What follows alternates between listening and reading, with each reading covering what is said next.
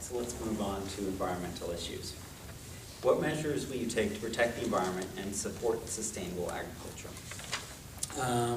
I think the kind of first and most important thing we have to do is protect the agency charged with enforcement of environmental protection. There's been as some have described, the worst environmental assault in a generation by this Congress. I mean, some of the worst attempts from things to like remove from federal regulation sludge disposal, coal ash disposal rather, you know, really dangerous examples of people losing their life over, you know, the only reason I know a lot about this is because I did a motion to recommit on the floor on this, so I had to actually learn even know enough from the state that has a lot of it.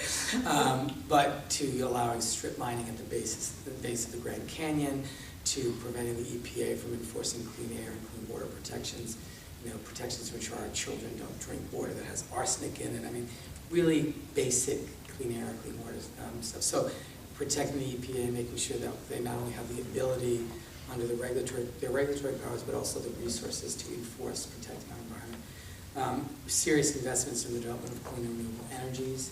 You know, everything from geothermal, wind, solar, being serious about investing in clean energy. And ensuring that we are supporting, I think the Farm Bill has some good proposals, and I'm a co-sponsor of it. The idea of, you know, locally grown community gardens, you know, local farmers making real investments, and understanding that's a key part of building a sustainable community, and so I'm supportive. So specifically, what is your stance on the Keystone Pipeline? I'm opposed to it.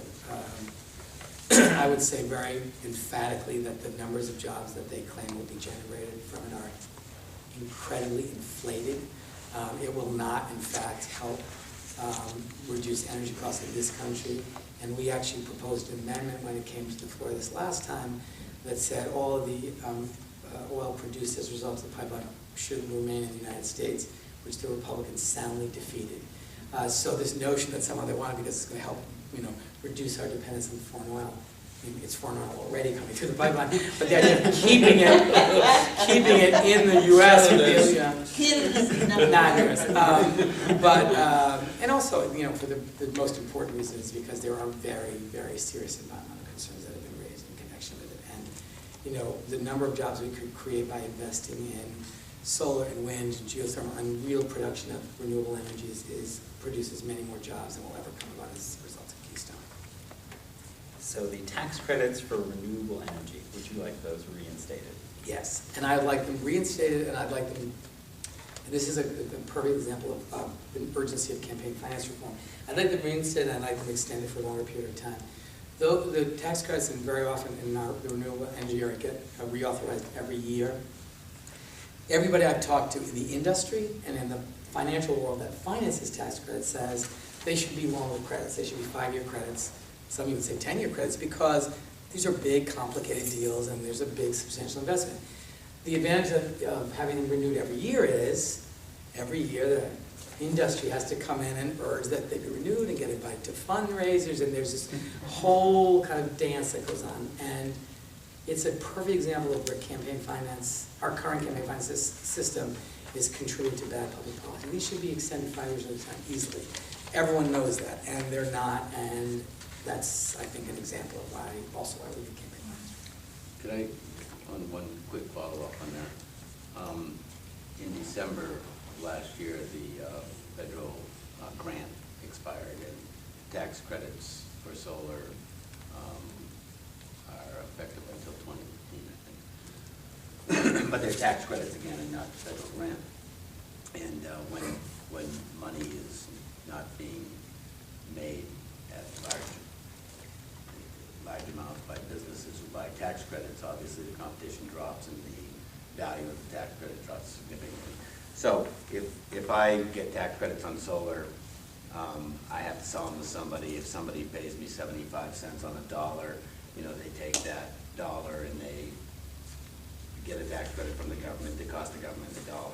Why the hell do we have tax credits? Why don't, if it's going to cost the government $1, why don't you just give the dollar to the renewable energy installer so that it can be used to develop renewable energy instead of 75 cents going to the installation of renewable energy, while the federal government is still paying $1 to the guy who's buying the tax Right, you're credit. absolutely right. And I mean, one of the things that we have proposed on a number of occasions in a variety of different amendments is, take the $40 billion that will be paid over the next decade in subsidies to the big oil companies and invest that in renewable energy.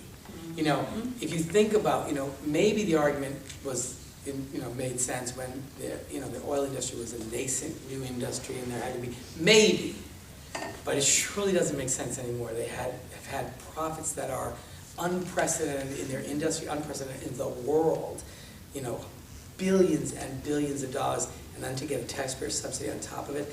We've had, I think, 3 votes to end those subsidies, and, the Republicans have blocked it, not surprisingly. 81%, according to the Center for Responsive Politics, 81% of the donations from big oil goes to Republicans. So, it's a business transaction for them, but imagine the job creation and the impact on our energy supply and our environment if for the last few years we invested that in the development of clean and renewable energy versus subsidies to oil companies. It would be a very different impact. So what your suggestion is, we solar people should go and give a lot of money to Republicans? No. Well, I mean, the part of the problem is, to be very honest, I think part of the problem is, I was trying to explain to someone today, who said, well, don't Republicans and Democrats have the same resources to be, with this sort of super PAC world, and, isn't it all the same? And I said, the difference is, for the people on the progressive side of these issues, we're invested in education for every child, health care, clean air, clean water, things that have huge benefits to the quality of life and the kind of country we want to build, but they don't bring us a profit. On the other side, it's about a profit. They're not supporting Republicans because they like them any better. They're supporting them because they are guaranteed to support tax policies in particular and regulatory policies that make them very wealthy and allow them to hold on to as much of that wealth as possible. And so it's a business decision, and a good one for them.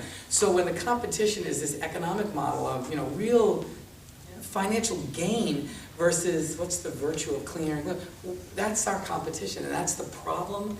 And I don't know how you fix it other than a public financing system, because the profit, if you're the Koch brothers, you're going to spend a couple $100 million on campaigns, but you belong to an industry that gets $4 billion in subsidies. It's a good deal. It's a business transaction. It's not any more than that, and that's what we're fighting against. So how about ethanol? Do you support subsidies for ethanol? I don't know whether we have had that issue, whether I have, I can't imagine that there would be a circumstance I would, but I don't know enough about the sort of ethanol program to know, to answer that, but my immediate reaction is no. We pay people to grow corn, so that... Yeah. So how do you feel about GMO and RBGH labeling? GMO is... Genetically modified organisms. Oh, Yes. it should be labeled.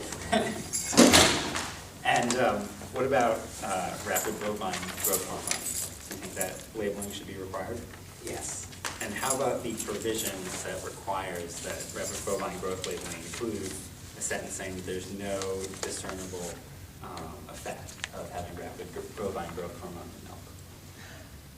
About including that? No. I think we have time for a follow-up. I didn't know anyone suggested that. There is a discernible, I believe it's the law. That's why we don't want that statement made. Do you think it's possible over time that we can actually phase out nuclear energy if we support renewables? Yes. Yes. And then, I think, if you were a member of Mayors Against Illegal Guns. As a founding member. Right. So the questions I asked aren't Germane. germane, but you support the assault weapons ban, you support closing the gun show loophole, and you're against the reciprocity for carry. I'm proud to say, yes, I'm proud to say I actually led the fight on the House floor against the reciprocity. It is a hideously dangerous and bad piece of legislation. That is, there were 12 of us that were the founding members, along with Mayor Bloomberg and Mayor Menino. I have seen the scourge of gun violence in my city, in my state, in my country. Yeah, DC.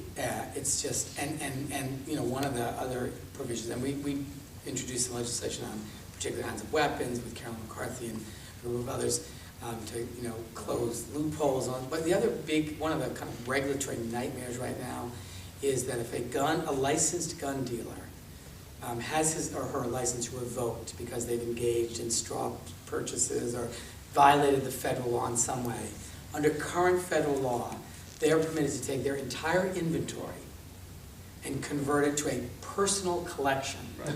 And then do anything they want with it. Sell it, you know. I mean, think about that. This is a person who violated the law, and I mean, it's just one more example, but I'm a proponent of all the policies advanced by Mayors Against Illegal Guns, have sponsored a number of bills in Congress related to this, and think... Over 600 mayors now. Yeah. It's come a long way. Yeah.